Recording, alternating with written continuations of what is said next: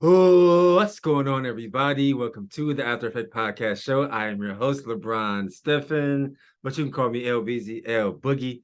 Big Brown, B, Ron, LB, Bronny. The choice is yours. Welcome to episode 88. We have a very, very special guest.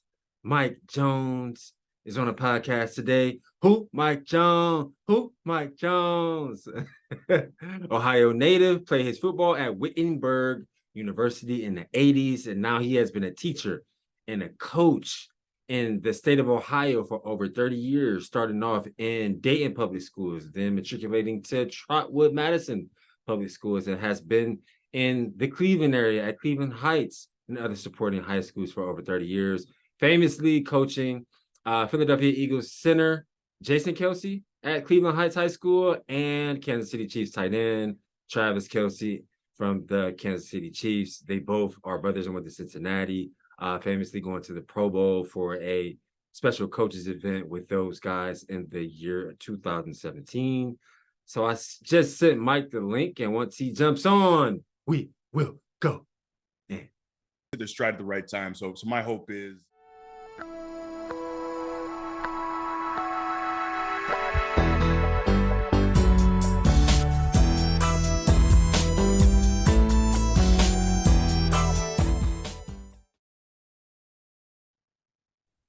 Hey, what's going on, Mike? Can you hear me? Yeah, I can hear you, man. My bad. I had an update that hit me. No, same thing. Same thing. I had to as soon update as I mine hit too. it, man, it said must do an update. I'm like, what? You're right. Same. Hey, I appreciate you joining, man. I know you're a busy man. Oh, it's all good. I'm trying to make sure I know what I'm doing here. Yeah, I can hear you. I can see you. Everything is good. Okay, good. Yes, sir. So yeah, man, I called this the After Effect Podcast Show, man. I started it about 3 years ago. You know, it's always been my belief, for any type of athlete, we all have an after effect, an aftershock, from our athletic career. You know, the injuries, the wins, the losses, the politics, and this is just a platform for us to kind of relive our journey and really just try to push the culture forward. Okay, that sounds good. That's interesting, man. Yes, sir. So yeah, if you don't mind, man, we could just jump right into it. I usually just like to start off, basic childhood. So did you grow up in Ohio? Yeah, I grew up in Ohio, man. I grew up in the Dayton area. Okay. Yeah, so I went to Trotwood Madison High School. Okay. And so lived in a township, a little small kind of low income house. Yeah, and I was in the 70s. In the 70s. Yeah, we got there you probably got there right at 69, 70. We moved up from Chattanooga, Tennessee. Okay. And so, got involved right away with some of the local older gentlemen who were, doing rec centers and things like that, Salvation Armies and after school stuff, so felt real lucky to have some of those guys to pull us along. Right. Oh yeah. So when did you get into sports? Were you a multi-athlete, or did you just kind of concentrate on football? I played football, basketball. I mean, I ran track in middle school in my freshman year. I went to Cleveland Public Schools. I actually went to Whitney Young, which was the only gifted and talented public school in Cleveland. So, but there was no football team. So in 7th and 8th grade in the fall, I played soccer just because I was an athlete, just trying to like stay in shape. Right. So were you like a multi-sport athlete, and then kind of when did you know what would be your main sport? Yeah, I was multi-sport, man. I was trying to get into everything, in our little area, man. It was real tight-knit community. We played on the street. My dad put a hoop up for us, so everybody came to our house and shot ball. We played football in the street. We played everything. We were lucky to have that Salvation Army right in our little community, open some things up for us with soccer and taught us some of those type of skills. And our little school did the same thing, man. So baseball, t-ball, started out with t-ball and then got involved with track and field. I threw the shot put, the discus, the javelin. So I was very blessed, man, just to come up in a community that, was providing all these different avenues for us in middle school as well as in high school.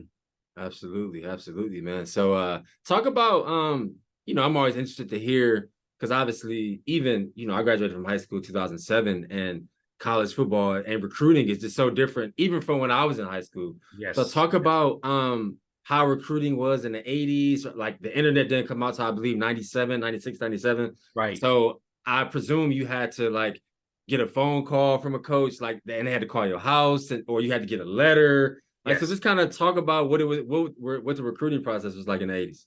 Well, in the 80s, the recruiting process was definitely through the mail. Okay. You get that first letter and you thought that you was on your way, man. It was Right.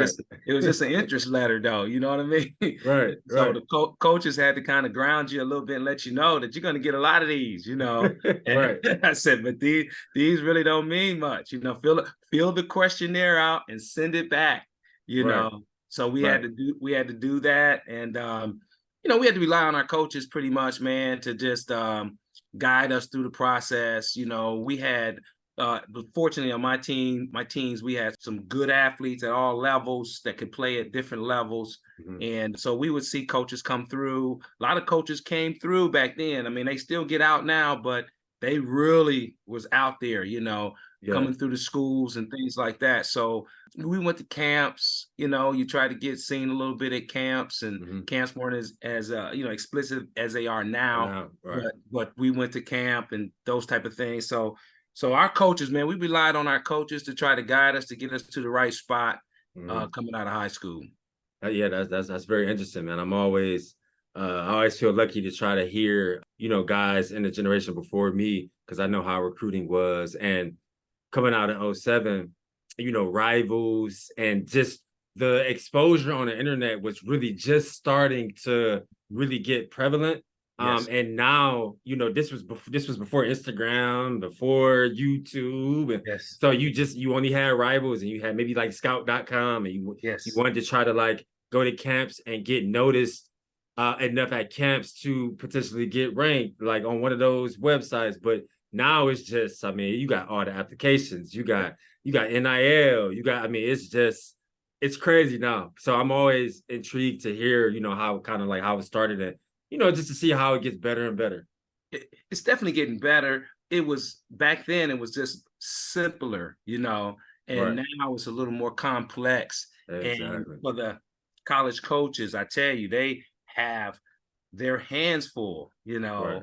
in this era, in this day and time, and recruiting and holding on to recruits and things like that. I mean, they have a task on their hands right now.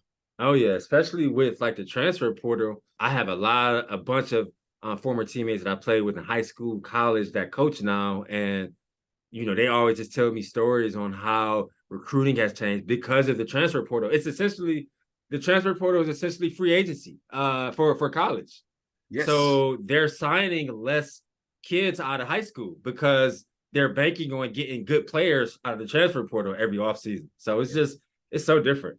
It's very different, and for our high school students, it's almost tougher. If you're not a 5-star, 4-star, or if you're not a kid that's really on track, it could be tough. Right. Because like you said, they're looking for that 5th year, or even a kid that just went somewhere and just not happy, and they're going to transfer.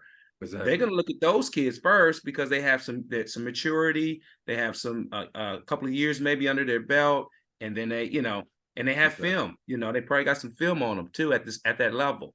Right. Oh, no doubt for sure, man. So just kind of talk about when you felt. I always say this for any athlete, Division I, Division II, Division III. If you get to go to school on a partial scholarship, full scholarship, we all have like a light switch that hits on sometime in high school. Now, some guys that are super extracurricular athletic, they may get it in 8th grade, but you usually get that light switch, maybe 9th, maybe 10th, maybe 11th. And you start noticing that you're better than a lot of your competition. You start making big plays. You start, like you said, the recruiting starts to happen, but it starts to get serious. You get those first offers. For me, the light switch kind of hit on in about 10th grade. I started off at Warrensville Heights High School, and I was there for 9th grade. I started varsity, the only freshman to start varsity. The first couple of games, and then we played St. Joe's. I'll never forget it because I actually had David Lighty. At the time, he played football. Oh yeah, and as you know, he after his sophomore year, he stopped playing football and just concentrated on basketball. He went to Ohio State. Still playing in France now. I had him on the pod a couple episodes ago, but we played St. Joe's, and David Lighty's in the 10th grade, and they ran a reverse at me, and it was probably one of my worst plays ever. This was ninth grade. Okay. And then after that, I was put on JV for the rest of the year. Okay. So it was humbling, but then Right. 10th grade was when I like really took it serious and like, okay, no, I can, I can do this. And then that's when the light switch kind of hit on, and I made all conference and started just kind of figuring things out, and I ended up getting my first offer going into my junior year. So when would you say your light switch hit on? Was it 10th, 11th? And then when did you start hearing from schools? Yeah, I tell you, my light switch went off probably, I would say, in my freshman year, and I really got serious about, my physical appearance. I got serious about what I was putting in my body. My mom got real serious about, real intentional about what she was sending me to school to eat and that type of stuff. So I got real serious about it probably right there in the ninth grade. And I said, football is my thing. I played a little basketball and ran track. But then I switched from basketball because coach said, "Hey, let's get you out for wrestling. Okay. That's gonna trim you back a little bit, get some of that body, that little fat, that little baby fat up off of you. Right. And let's see where we can go from there. So I did that, and football just became my love, man. I ended up playing small school football. Was going to Bowling Green on a partial and a partial academic, but my high school coach said, "Hey, let me pull you to the side for a second. Let me weigh this out for you, okay?" And so he basically guided me to say, "Hey, listen, if you want to play, you want to play right away." And I think that my girlfriend had went to Bowling Green, so he felt that I was kind of chasing a little bit. Right. He said, "Look, man," he said, "let's look at a couple of Division II or Division III schools. I think you can go there and play right now." Absolutely. And so I did. I looked at a couple of Division II schools, and then I looked at a couple of Division III schools, man, and I settled on Wittenberg University. Yeah. And go ahead. Go ahead, you go ahead. So let me ask you this: like, when he pulled you to the side, I mean, because growing up in Ohio, I think we're Midwest kids, so like we want to play Division I football. In Ohio, what is that? That's Big Ten football. That's MAC. That's playing in the MAC. Yes. Right. Yes. And so you say you had a partial athletic, partial academic. So you're getting closer to your dream. You're about to touch that dream, and then at the last minute, you get pulled to the side, and it's kind of like a reality check, right? Yes. And with someone saying, "Hey, look at these options." Was your ego hit at all? Like, how did you accept that that critique, and then how did you obviously you ended up going to Wittenberg, but how did you take it in? It definitely checked my ego a little bit. We had a couple of big timers on our team. Actually, one of my best friends went to Iowa from my squad, Dwight Sistrunk, and he played. And so, but we had some big timers on the team, as well as young men could play played at Division II, Division III. We had kids everywhere from our team. Right. So it hit me in the face a little bit. I was a decent student. And but I trusted him. I really trusted my coach. I talked to a couple my position coach. They were echoing the same thing. And they just said, "Listen, Mike, this is not just about these 4 or 5 years. We're talking about beyond football, Right. And we want you to understand that everybody's not going to the next level, And so I really listened to him. Like I said, I went to a couple of Division IIs, I went to a couple of Division IIIs, and I settled on Wittenberg. And I tell you, man, I thank my coach every single year up until he passed a couple of years ago for pulling me aside. I said, "Coach, I really appreciate you just having that conversation with me." Because some coaches won't, Right. Some coaches trying to put that stripe on their shoulder. Hey, he going to BG, he good, Right. True. But he pulled me to the side. He said, I think you'd be a little happier, and I think a little more successful academically. Because that all plays a role in it. If you're not happy on the field, sometimes you're not happy in the classroom. Absolutely. I can attest to that, man. It's funny you say that. I was in honors classes from first grade to 12th grade. Never struggled academically until I went to college. Okay. I experienced for the first time adversity when it came to my sport. Like, you know what I mean? And and it does affect you. It does affect, for the first time, I think I got like a 3.1, or like, I had a couple of semesters, 2.9, and I never, ever got into twos ever. Right. So, man, it sounds like you were so mature, for your age, to be able to accept, and you were a realist too, like to accept, what he was telling you, and to move to execute, what he was telling you to do. Yeah, I've been blessed with just all my classmates tell me I was class president, I was kind of in charge of everything, and they always told me, hey, this is the guy, because he's a little ahead of us, and ironically, I was younger than my class. My mom started me at school early. Okay, did you have a late birthday, like August? September 19th. Oh, September. Okay. Yeah. Okay. So she started me early. I had two older brothers. We are 1 year apart, and in preschool, they say, hey, you want to leave him? And so she left me, and then all of a sudden, I'm 17 playing my first college football game. Wow. And so I was younger, but I was more mature because I had my older brothers that I followed, and they were great older brothers. But yeah, I really appreciated my coaches, man. My coaches, that's what kind of guided me into becoming a coach, and going into education. My great teachers, great during that time. We were during that integration time. When districts was making a change. The district that I grew up in was a farm district. It was all white, and we were annexed. So we were kind of annexed in. So they started to do the integration thing with schools and stuff, and busing and what have you. So the community, we had a couple struggles early on, but after we got over a hump, we just meshed. We had a great community. Absolutely, man. That's dope. So that's kind of the perfect segue, because I heard you say that you were 17, going and playing your first college game. So how would you say the transition was, right, from Trotwood Madison to Wittenberg? I think Wittenberg is kind of like a hidden gem. A lot of people don't know the academic prestige that Wittenberg has. And, the transition, a lot of times for a lot of guys, can be difficult, striking out on your own, obviously living in the dorms for the first year, getting that first Pell Grant, and figuring out how to navigate having a little bit of money in your pocket, and being independent, running your own schedule. I was blessed to have, very like strict parents. So early on, first grade, I was ironing, I was washing my own clothes. I was waking up on my own. I was very independent early. They taught me all those skills early. So the independent thing wasn't hard. It was just like the culture, going to a PWI.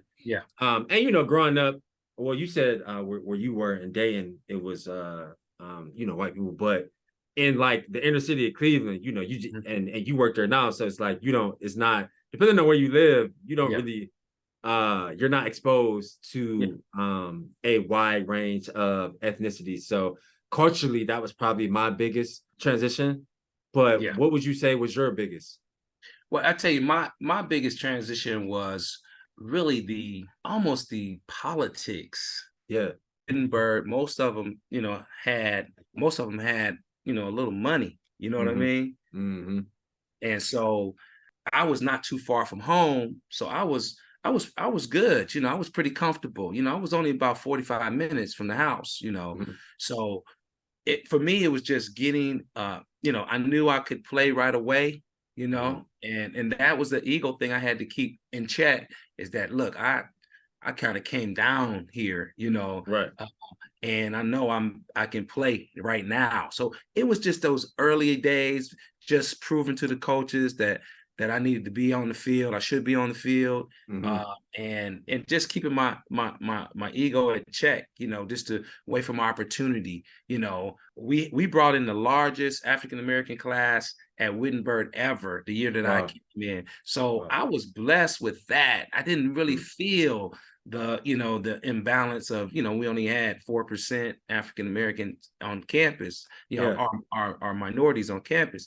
I didn't really feel that because we brought in like 60 or 70 to that small campus that year, Wow. So, and I was used to, my high school was probably somewhere around 65, 35, Okay. something like that. And so, I had some experience, but my biggest challenge was just being patient and just working my way on that field.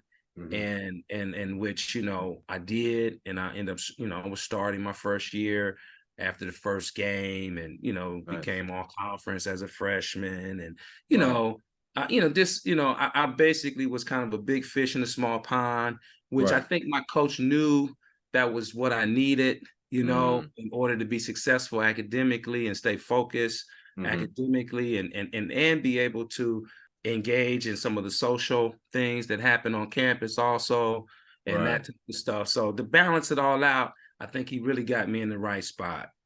Awesome. What would you say, was the biggest kind of like moment that stood out, during your career there? Was it like a certain catch or a certain game or a certain win? Well, I tell you, I think my biggest moment there was, just my senior year, just finishing up, man. I tell you, I had never been hurt in my life, played every single game, got hurt at Ohio Northern University, which at the time, well, to me, because I never been on campus. The stadium was off campus. It was an old high school stadium. It was raggedy. We riding up there. You're like, oh my God, we got to come up and play these guys. Come on, just get in here, get out of here, get in, get out. Home. Man, I got hurt, dislocated my shoulder, and the last play I was in the game, third quarter, we was killing them, and that and to come back the next week and to let the coaches talk me into. I only had 2 games left in my whole career. I said, listen, I will not play this next game, but I'm going to finish on my feet. Right. I said, I've never missed a game. I said, I'm still dressing for the next game because it was senior day. Right. But I said, you can have my helmet, but I'm dressing. I'm going to walk across that field with my parents. And we're going to finish this thing out, And I said, I'm going to rehab every day. I'm going to do what I need to do. They got me a harness back then, technology wasn't as great as it is now. Right. But I got a harness, man. And I ended up playing against a guy I played in high school. He played at Heidelberg. And I ended up with like 3 sacks that game, the last game of the season.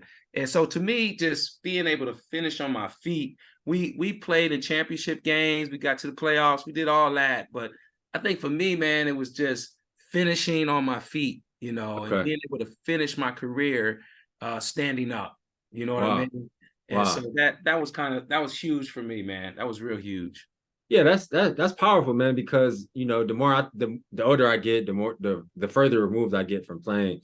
I would say the same thing. Okay. Because my final game, it was a bowl game. We played Oklahoma, and I was like you. I had never got hurt, never been injured, and I had to sit behind. I went through a lot of adversity at Iowa. I had to sit behind an All-American, Adrian Claiborne, first round pick, number 17 overall, 10 years in the league. Right. Now he actually just retired. Freaking nature, 295, 45-inch vert, squatted 650. I mean, was a dog. So I waited my turn. I played sparingly, in certain packages and played special teams for my first 3 years. And then here I am. I wait my turn, senior starter, and then I tear my pec, bench pressing. And this was kind of like in May, right after finals week. Okay. So I had to rehab the whole summer, rehab all during August during camp. And I was able to get back for the first game, but I just wasn't the same player. I had built up 4 years of strength and power and explosion. And I didn't really get it back until like that second half of the season. Okay. So like you said, then I injured my ankle, was out 2 more games. Right. But like you said, man, to finish, and ultimately during that game, I didn't think in my head that would be my last time playing football outside. I played 2 years of arena football, that's inside. But I always thought I would at least get an opportunity to get into a training camp, compete, maybe sign a PFA. Right. And it never materialized for me, man. So thinking back on it, it's a lot of things that we can still be proud of, as athletes. And I think that we always hold ourselves to a high standard, and we're so competitive. Yes. Thinking back on it, that's something to be proud of to finish, because a lot of people don't finish. A lot of people don't finish. A lot of people walk away, A lot of people Yeah. just get so discouraged and, Exactly. because of the injuries in the training room and they just walk away, Yeah. They You walk know how away. it gets. And I was just happy to be able to finish and to work through that injury. Never been hurt. Been hurt, but never nothing. In my junior year in high school, we played Columbus Whitehall in the state playoffs, and turned my ankle really bad, man. I thought I broke it, and this is the game before the big game, And so we ended up winning, and my mom went to work, man, on my ankle, man. She went some old school remedies and everything. Of course, we had the Epsom salt out, and right. Figured it out. We tore a brown paper sack up, soaked it in vinegar, wrapped it around my ankle, pulled out the inflammation. Mom gonna figure it out every time. Mom figured it out, man. And I was able to finish in the state playoff game against the Benedictine. We played Benedictine in 1981. Okay. State championship. And so I was able to finish, man, and that's the two things at the high school and at the college for me is, just be a finisher, try to finish the best way you can. Always. And then you feel proud about that. Right. Oh, I totally agree with you, man. So, talk about your transition, after you graduate in 87 from Wittenberg. I did some due diligence and saw that you started back in your hometown in Dayton, and then you that was for 1 year. Then you matriculated to Trotwood Madison for 6 years, and then assistant coach at Case Western for 6 years, and then since then you've been with Cleveland Heights since then, and you also consult at with other teams as well. Exactly. So went back home. I always coached at Trotwood. I was in Dayton Public Schools coaching other stuff, but I always coached football back at Trotwood. And then did 7 years basically coaching there, just putting back, I took so much away from that community that, I felt compelled to go right back, immediately put back into some of those students and student athletes that I took out, So went back and did that, really enjoyed my experience there, got, to defensive coordinator for maybe the last 3 years I was there. I was a DC at the varsity level. And then just felt I needed a change and I needed to move on to grow. Sometimes when you're back at your high school, you're still the little guy that they remember you back in the day. Right. Always.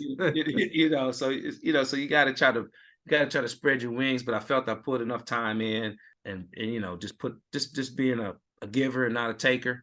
And so then I went to Ohio Northern University up in Ada, Ohio. Did that for six years. My wife was able to go back to school, finish her engineering degree. My oldest bonus daughter was able to come up, run track there, as well as get her degree at Ohio Northern. And you got your master's in 99. At Bluffton. Yeah. Okay. Yeah, Bluffton College, Bluffton University now. So I got my master's while we was coaching there. While I was coaching there, I was able to reach back, pull some of those Trotwood kids to Ohio Northern, pull some Dayton kids to Ohio Northern, I exposed them to some things that my coach exposed me to. Right. That's awesome. Because some kids just don't know, man. They just, like you said, they looking at that Division I. They're looking at that, so we had some kids that went off to Division I from Trotwood, and really it just wasn't right for them. Yeah, kind of fizzled out a little bit. Yeah, so they called me and said, "Hey, coach, we want to come over there where you at," And so I ended up having from Trotwood, I ended up having about 8 kids from Trotwood that ended up graduating from Ohio Northern, Okay. And so then a bunch of other kids, that kind of fell through the wayside, and you see them in the mall or something, you ask them what you're doing, Right. And they say, "Coach, I'm not doing anything," It just it fizzled out for me, Yeah. And so then I get them hooked up at a community college and then transfer them up to Ohio Northern, So what I guess I'm thinking, like, what is that? How does that make you feel when you give 110% to try to pour into kids. And obviously it makes you feel great when you see kids succeed and you see them stay on a path. But what does it feel like when you know that you did your all, and then you see kids, like you said, you see them in the mall, you see them out, and you can, it's visible that they don't have anything going on, or they may appear unmotivated, or they may appear like they're going towards the wrong path. Like, does it make you feel like you failed at all, or like you said, it feels like your intentions are good, so it's like you can only control so much as far as putting them in position. Yeah, the young man still got to walk the walk. They still got to do the work. But I always tell them, even to this day, I'm always here. My number will never change, because I don't want you to ever not be able to get in contact with me. Right. So I want to make sure, like I said, we see kids like that, we get them in Tri-C, we get them somewhere, we get them into a program. Right. We just reinforce that, hey, all of us have hurdles. All of us gonna have some setbacks. All of us gonna have some hurdles, but don't quit. Just always reach back to your resources. Your high school head coach, or your high school math teacher, your high school science teacher that you connected with. Yeah. We have the knowledge to redirect you. We can help you find something. What's your interest now? Maybe back at 17, 18 years old, you really didn't have a focus, and you didn't know what you went to college, but then you came back home. College really wasn't for you. So then we try to utilize the community college. For me, the community college is one of the best tools out there, especially for a young person who really academically is just not mature yet. Right. They just and it's affordable too. And it's affordable. You don't go in debt, exactly. Because you don't really know what you're doing yet, Right. So that's my first spiel to parents all the time, is that, hey, if your student or your student don't really know what they want to do, let's visit one of these community colleges that we have, and especially in the Cleveland area, we got all kind of options, right. And so let's visit that your student can work a part-time job and pay for that themselves. Right. And I said, so let's do that option. So yeah, that's the thing, man. I always, even when I was on Ohio Northern, man, I would send my grad assistants out to try to figure out where some of their former teammates were, what are they doing, and anybody slipped through the crack, anything like that, so we can try to help them. We got a kid from Dayton one time who was runner-up to Mr. Football. He was he was highly recruited by everybody, and he went to Stebbins High School, but his parents just didn't have that foundation for him. Academically, he didn't have it going. So he went to Central State. He got recruited by everybody, but he didn't have the grades. Went to Central State. Central State's coach left, and he just went back home. Never stepped on the football field. This dude was runner-up to Charles Woodson and Mr. Football. Wow. He was the guy right behind Woodson. Wow, he was that good. Wow. So we ran into him in the mall one day, and we asked him what he was doing. He said nothing, and I sent him to Tri-C. St. Clair down in Dayton. Told him, I said, look here, I need you to get an A or a B in math and English, and then I can present this to my dean, and we can try to get you in school. He did exactly what I asked him to do. Wow. That young man is back here on my wall right there. Right there. Robertson. He came and played for Ohio Northern. Checked his ego in, okay, because he was getting recruited by Ohio State, UCLA, USC, and everybody else. Yeah, he was that guy. Checked his ego in. He came to Ohio Northern and went to work for 4 years. Came out of there with a criminal justice degree. Went up to Canada for 1 year, and then the 49ers grabbed him. Played with the 49ers for 3 years. Then went over to Carolina, played with them for 2. Then went to Atlanta, played for them for 2. Finished up in Canada, had about 11-year career. Wow. That now that's a story. And this is a kid that just walked away. He walked away from the game, man. He was working in a drive-through. Wow. Yeah. Wow. Okay. Oh, that's great, man. So, I saw an article with you and the Kelsey brothers from back in 2017. So just kind of talk about, I absolutely love their story, obviously. Yeah. But talk about the kind of guys they were, in high school at Cleveland Heights, and then obviously they both went to play in Cincinnati, and now Pro Bowl players in the league. But before even meeting you, I knew that, okay, man, this guy, he must be like a stand-up dude for them to reach back out to him to bring him to the Pro Bowl and to make sure he's able to participate in this coaches event at this Pro Bowl. So just talk about the kind of players and guys that they were in high school, and then, like you said, man, just staying open and making sure players keep your number and being able to guide them through. Because I believe Travis Kelce had some adversity at Cincinnati and had to step off the field for a little bit. So just talk about how they were in high school, and then some guidance that you guided them with, and through Cincinnati, and then to ultimately be where they are now. Yeah, I tell you, both of those young men were so blessed, man, to have two great parents, man. I mean, Mr. Kelce and Miss Kelce just all in, involved, parents meetings, pregame meals, those type of things. So met both of them when they were in middle school, because we go down and make sure the middle school programs running the way we wanted to be ran. And that was Wiley at the time in Cleveland Heights, right? Okay. They were at Roxborough. Okay. Yeah, they were at Roxborough. So they both, Jason was a standout kid too, as well as Travis. Travis, you met the eye test, of course. He was tall and lean and athletic. Jason was tall and lean, but not as athletic as Travis was at the time. Mm-hmm. And so we get Jason first. Jason will work for you. I mean, anything, coach, on the field, off the field, whatever it takes. Right. And so Jason came in and set the bar pretty high for Travis. Okay. Right. And Travis was all about Jason. That was his big brother. And you could feel, they had some of this.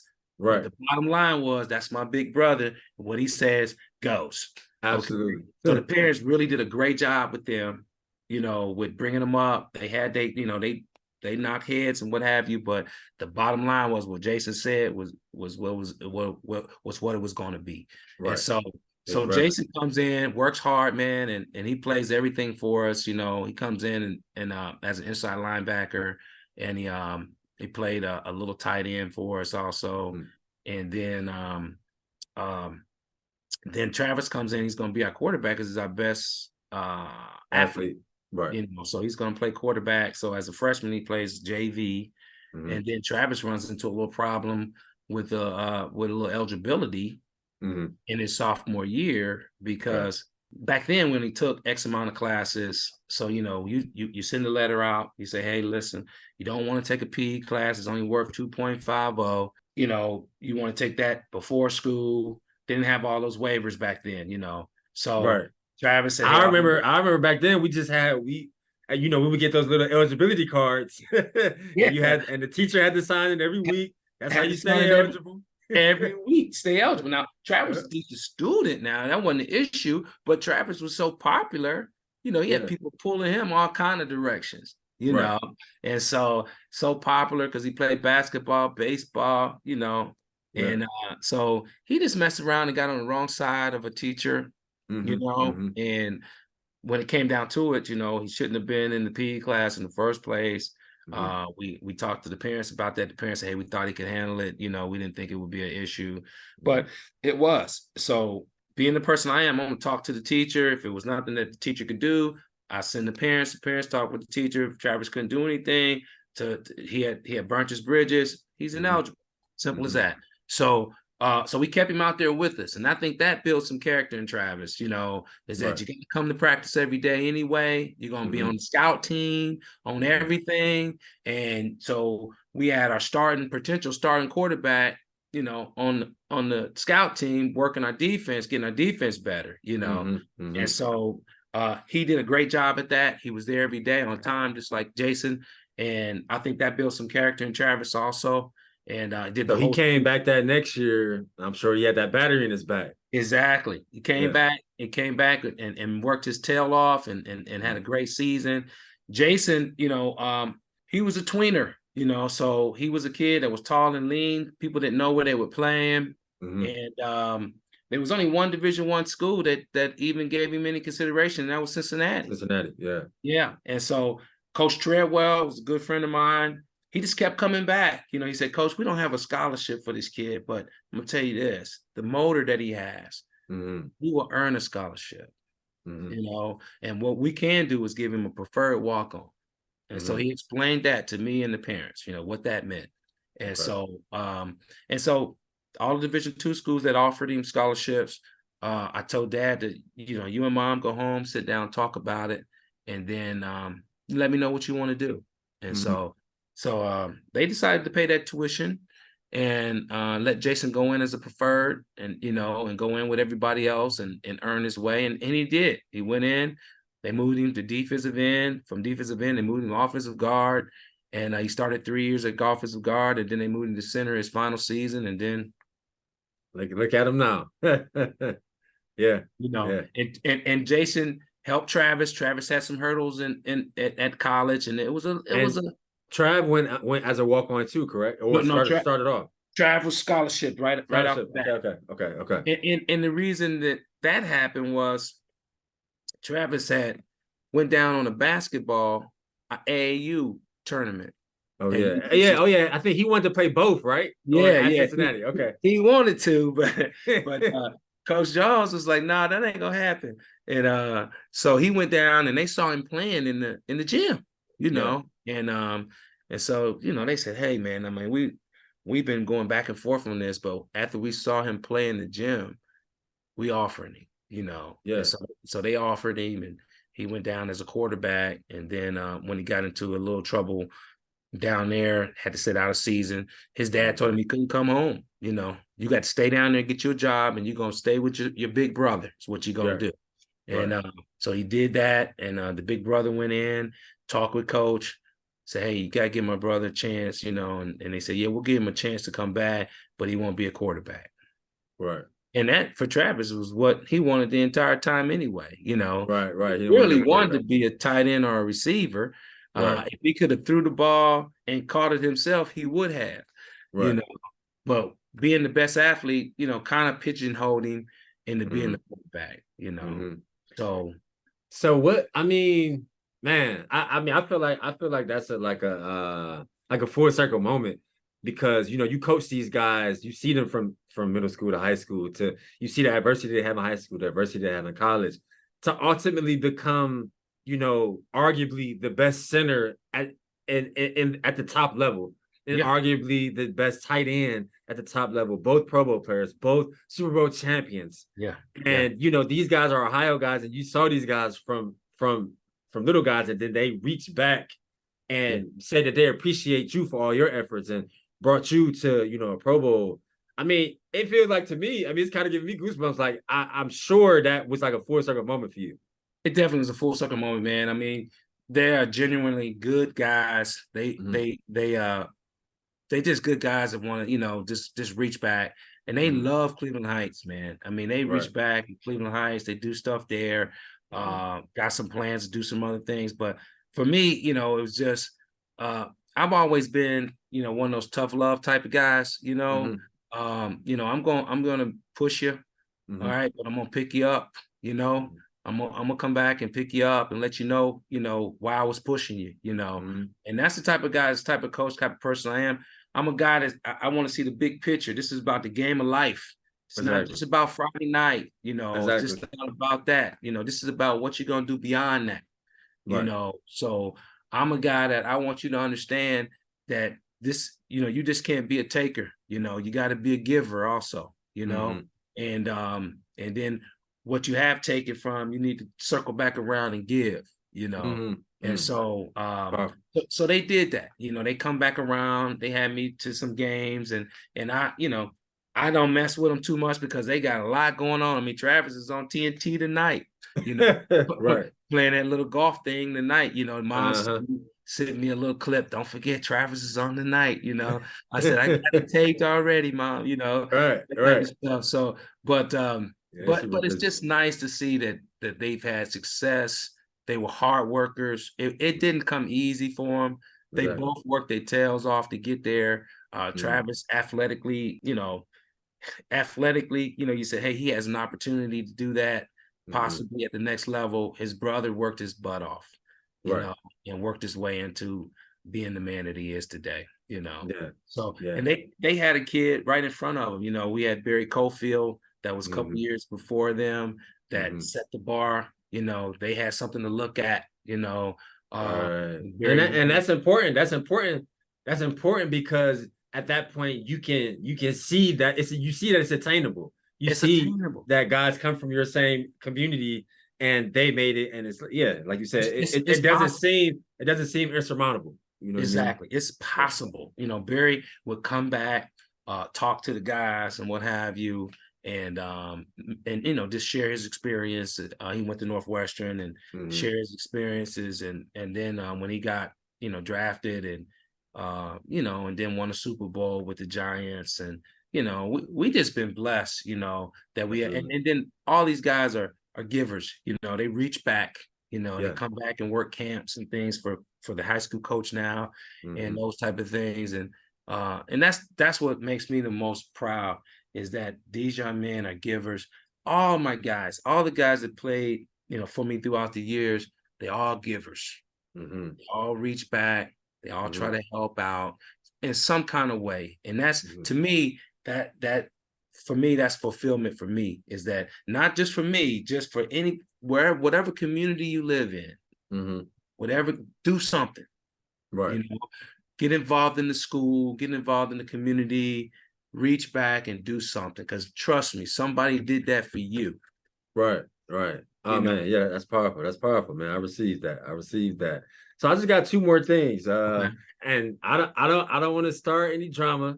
Okay. But who would you say, you know, you 30 years in with this coaching thing, man, who would you say was arguably the best player you ever coached? Now, I mean, you could give me a top three, or you can give me one on offense, one on defense, you know. I tell you, who would you say? I tell you, man, I had a kid.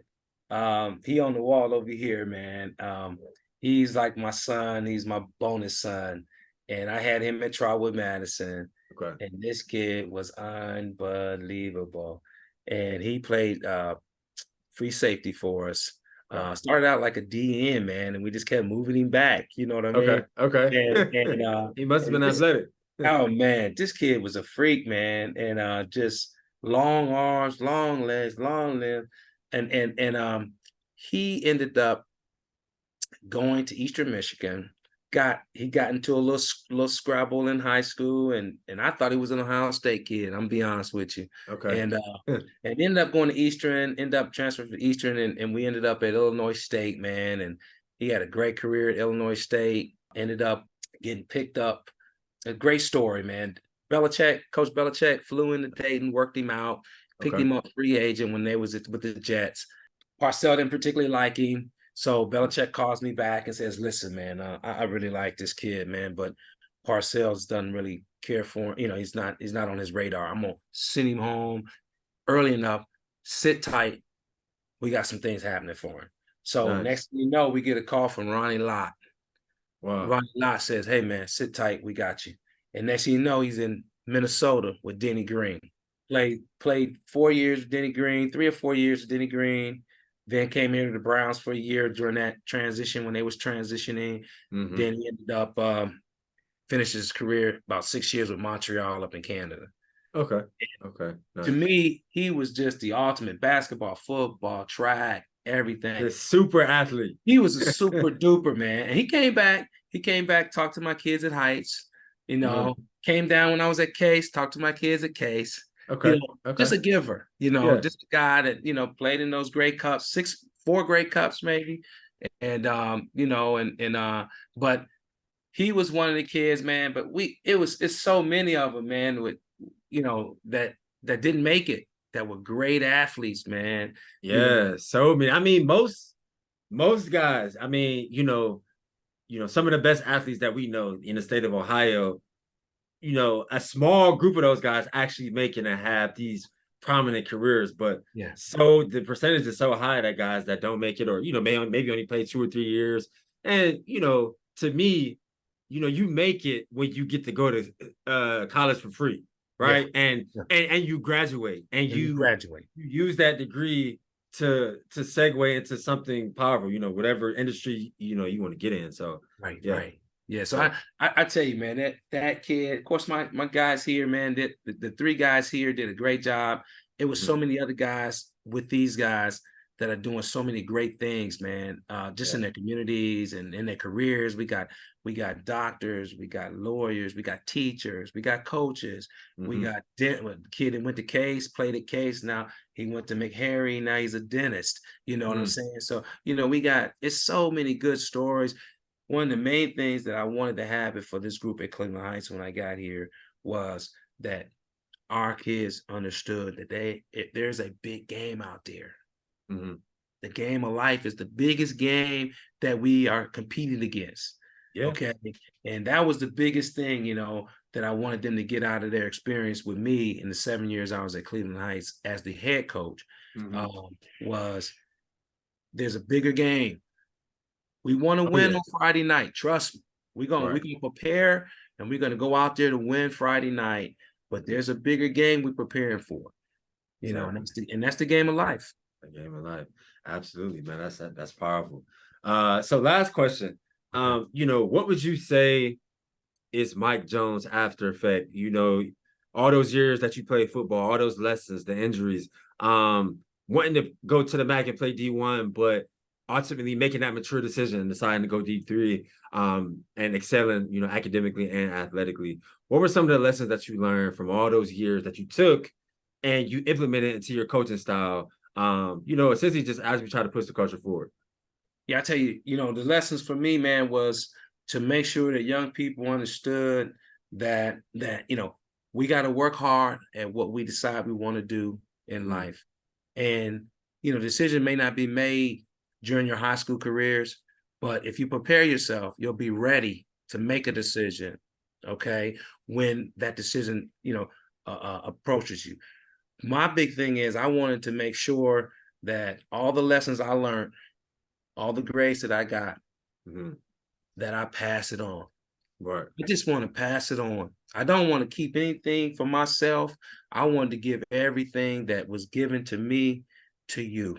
There were some great people that made a lot of sacrifices for me, to be able to participate in sports, to be able to get a good education, to be able to do these type of things. I want to make sure you have that opportunity. And I want to make sure you understand too, that don't take that for granted. Don't take this opportunity for granted, because a lot has changed in the past 50 years. 60 years, I mean, a lot of people didn't have an opportunity to go to Warrensville Heights or Cleveland Heights. You know what I mean? There were certain schools they had certain people going to for, and now that you have the opportunity, take advantage of it. Absolutely. Because there were some people prior to us that made the ultimate sacrifices. Didn't even know us, but knew we were coming.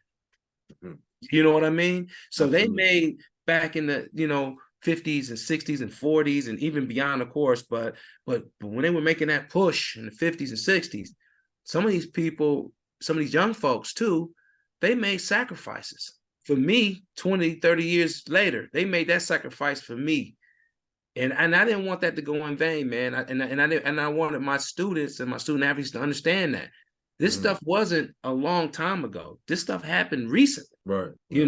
So I just always kept that as my base. I want to make sure people understand, don't take for granted the opportunities that you have. Make sure you take advantage of them. There's going to be hurdles. Things aren't going to be perfect all the time, but get up over it, get around it, get underneath it, step through it, do what you need to do to keep pushing forward. Okay. And, for me, it's always worked, man. I still feel I'm effective. I'm still teaching at Cleveland Heights. I'm trying to impact everybody there now instead of just a team. You know what I mean? So I'm trying to impact more people, male, female, and until I get ready to retire. And right now, you know, I feel like I could do this forever, but I'm not going to. Okay. Right. Hey, well, yeah, that's a powerful after effect, man. I appreciate your your honest candor on that. And I definitely, took some things away from that, man. So I appreciate you, man. So yeah, man, that's all I had. One thing that I've been trying to do since I started this was make sure that, I give guys flowers while we're still here, man. And from your playing career and obviously to your coaching career and the hundreds or thousands of lives that you've positively impacted, man. I just kind of want to show you that love and give you your flowers, eyes to eyes, man, while we're both still here. I appreciate that, man. I really do, man. I appreciate what you're doing. You're doing this is an excellent platform for former athletes, current athletes, former coaches, current coaches. It's an excellent platform, man. And I really appreciate you having me on. Yeah, I appreciate you as well, man. I'm surprised. Man, I'm surprised I never we never came into paths like when I was on my journey and playing sports. I played football, basketball, all the way through high school. I actually think I played Trav in basketball when he played at Heights. I think we went at it. I was like a 3-4. Okay. 3/4. But yeah, I'm definitely super proud to be an Ohio guy. And I always believe, obviously, LeBron James is the all-time leading scorer. So I always say some of the best athletes come from the state of Ohio, man. So man, this was a pleasure, man. And pleasure for me. Maybe sometime, down the line I can get you back on, for a check-in, or there's so many different ways we could take this. But again, I appreciate it. I got your personal number. So yeah, man, I'll be reaching back and seeing what we can put together. I appreciate that, man. I wish you all the luck, man. You're doing a great job, man. Yes, sir. Thank you. Great meeting you tonight, man. And like I said, we'll reach out again. Of course. All right, man. Take it easy. Have a good night. You too. Thank you. All right. Thank you. All right, guys. So I thought that was excellent episode 88 with Mike Jones. Teacher / coach at Cleveland Heights High School right now. Over 30 years of coaching experience, has coached Bobby Cofield, who played in the league for about 10 years, obviously the Kelsey brothers, some other great stories. But man, caught some really good gems, from Mike Jones. He's even though, we just met on the show, man, he definitely seems like a candidate for, a mentor type, definitely has some wisdom, that I noticed. So yeah, if you watch this entire episode on YouTube, please subscribe to LeBron Daniel TV. If you have a question, please leave a question in the comments. If you listen to this on any audio platform, please subscribe to our listenership. As you know, listenership is one of the ways that we do make money. Merch. This shirt is the black shirt. Got the After Effects Show. Got my production company, LSD Studios, on the sleeve. Visit theaftereffectshow.com if you want one of these. Still have some available. Also, we got some gray shirts just like this in gray. Still got a couple of snapbacks. Still have some magnets. If you want to, put them on your fridge. Got some stickers. Want to put in your laptop or your desk. So yeah, we're approaching 100 episodes. If you supported what we've done the last 3 years, please visit theaftereffectshow.com and show us some support. If you're watching and you want to be on as a guest, please reach out to me. The podcast Instagram page is the After Effects Show, at the After Effects Show. Or, go to the aftereffectshow.com and, leave us a quick message. And, we'll be sure to get back to you as soon as possible. So until the next time, peace. Subscribe to LeBron Daniel TV, but you already knew that, where we dig deep and find our hustle. And every single day, we are better than yesterday. Subscribe.